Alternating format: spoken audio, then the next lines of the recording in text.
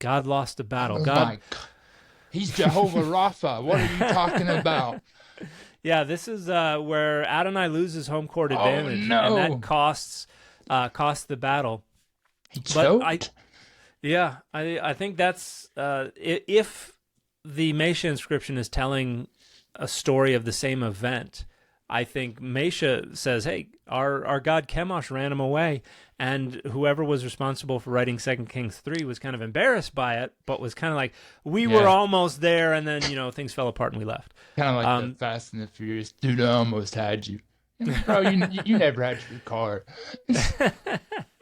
yeah, it's the when the loser tells the story, they've got to tell it in a way that doesn't make him look like quite a loser. But Yeah, he knocked me out, but man, you should have seen that. Look, you should have seen that shot I landed. yeah, so that was one probably the earliest reference we have to characters from the Bible. We also have what's called the Black Obelisk of Shalmaneser III, which comes from Assyria, which talks about the king Jehu, and actually has a drawing of Jehu Oh, that's cool. bowing down before Shalmaneser III. And then we also have what's called the Tel Dan inscription, which was probably written by an Aramaean king named Hazael, and it boasts about how he killed some Israelite and Judahite kings. And so this is our earliest reference both to figures from the Bible as well as to the god Adonai as the patron deity of Israel. And a lot of scholars would say, so probably around the Omride dynasty in the 9th century BCE and down, that's probably when things start to be historically correct in the broad outlines.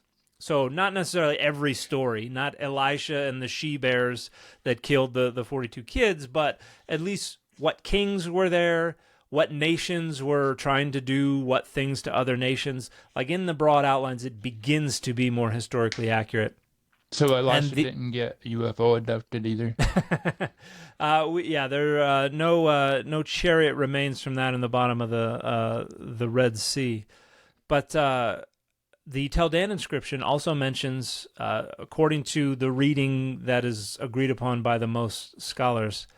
I bet you like that one, don't you? The Tel Dan inscription? Oh yeah, wow. Yeah, Tel Dan. It's also you can also refer to it as the Tel Dan stele.